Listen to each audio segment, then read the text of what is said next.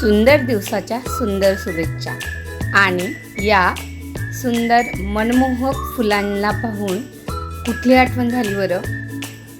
कारण हे कमळ मी नेहमी पाहते ते मुंबईच्या महालक्ष्मीजवळ.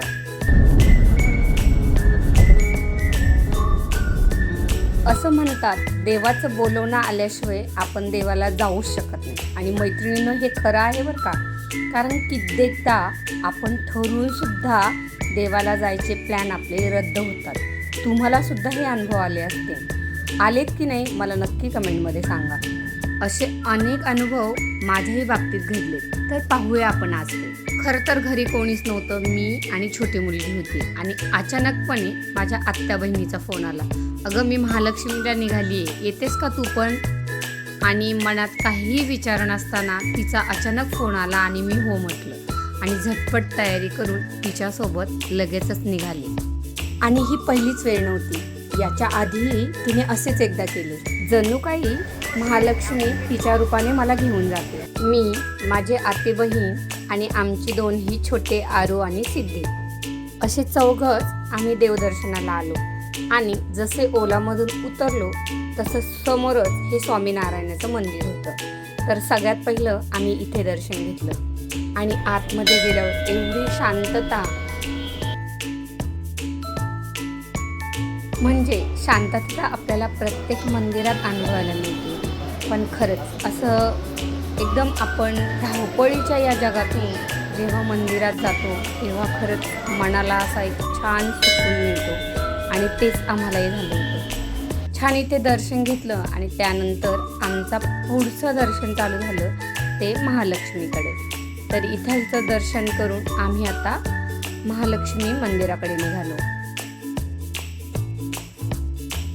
तिथे पोहोचतात तिथली दुकानं, सुंदर सुंदर रंगेबिरंगी हे कमळ, जास्त करून गुलाबी आणि सफेद रंगाची, ती अशी मनाला अगदी भुरळ पाडत होती. आणि त्या कमळांकडे पाहून मन एवढं प्रसन्न होत होतं. मनातला आणि प्रवासाचा दोन्हीही थकवा निघून गेला होता. आणि आता आम्ही निघालो होतो जिथे देवदर्शनाची रांग लागलेली होती. त्या रांगेमध्ये भरपूर गर्दी होती आणि सगळेजण महालक्ष्मीचं मनातल्या मनात स्मरण करत होते. आणि लांबूनच दर्शनही खूप छान होत होते. महाकाली, महालक्ष्मी आणि महासरस्वती अशा या 3 बहिणींचे हे स्वरूप इथे आपल्याला दर्शन देत होते. आणि ते खूप मनमोहक होते. आणि लवकरच लक्ष्मी मातेचे दर्शन घेऊन आम्ही मंदिराच्या पाठीमागच्या भागाकडे आलो. तर इथे सगळेजण असं 1 रुपयाचा शिक्का लावून आपल्या मनातील इच्छा बोलत होते. तर आम्ही हे केलं आणि आमच्या सगळ्यांचेच ते चिपकले गेले. त्यानंतर थोड्या वेळ आम्ही देवीचं स्मरण करत तिथेच बसलो. दर्शन छान झाले होते आणि मनही प्रसन्न झाले होते. इथून निघण्याचा विचार करतच होतो तर आरती सुरू झाली.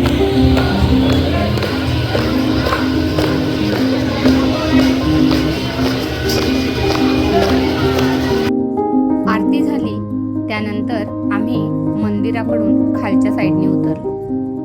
देवीच्या गल्लीमध्ये दोन्ही साईडनी दुकानं अशी मस्त लावलेली होती आणि ती चकमक करत होती. त्यानंतर मुलांना भूक लागली म्हणून मग पावभाजी आणि डोसे असं छान त्यांना नाश्ता करवला. आम्ही सुद्धा त्यांच्याबरोबर त्या नाश्त्याचा आनंद घेतला. नाश्त्याचा आस्वाद घेऊन आता आम्हाला पुढे जायचं होतं.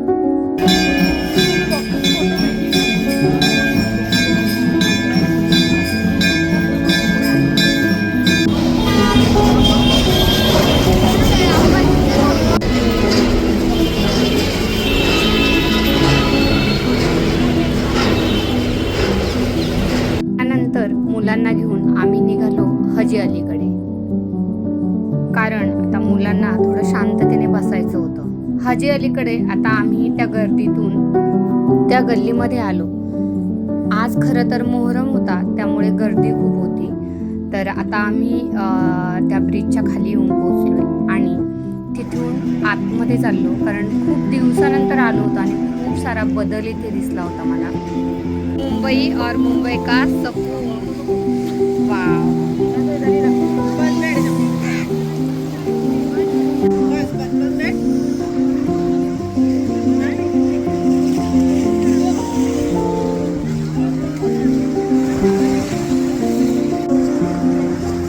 हाय सिद्धी.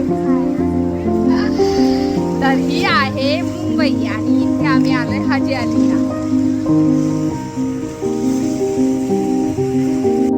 पाहूनच मन इथे प्रसन्न झाला आणि गर्दी सुद्धा पाहताय ना, आज खूप सारी इथे गर्दी होती आणि खरंच मनाला एकदम सुकून मिळत होता.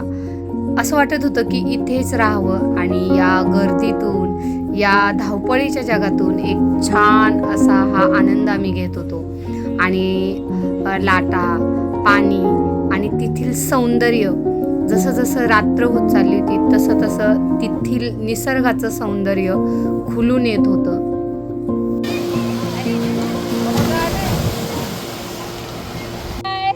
आरू आणि आम्ही कुठं आलोय फिरायला?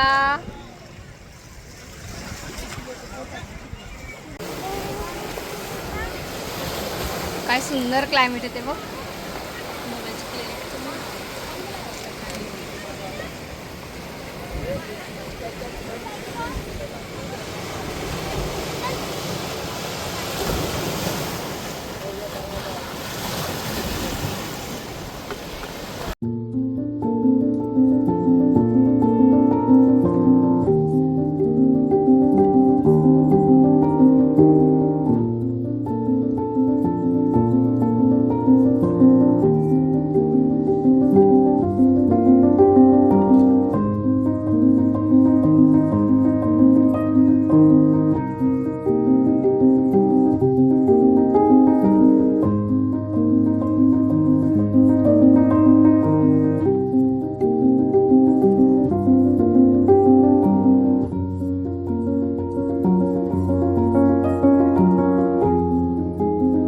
डोळ्यांना मंत्रमुग्ध करून टाकणारं हे सौंदर्य. खरं तर इथून पाय निघत नव्हता. रात्र होत चालली होती आणि आम्हाला घरी जायला उशीर होणार होता. त्यामुळे आता आम्हाला इथून निघावं तर लागणारच होतं. पण खरंच म्हणजे इतकं छान शांतता, ती थंड हवा, मनाला एवढं हवंसं वाटत होतं की खरंच इथून मुलांचं सुद्धा निघायचं मन नव्हतं.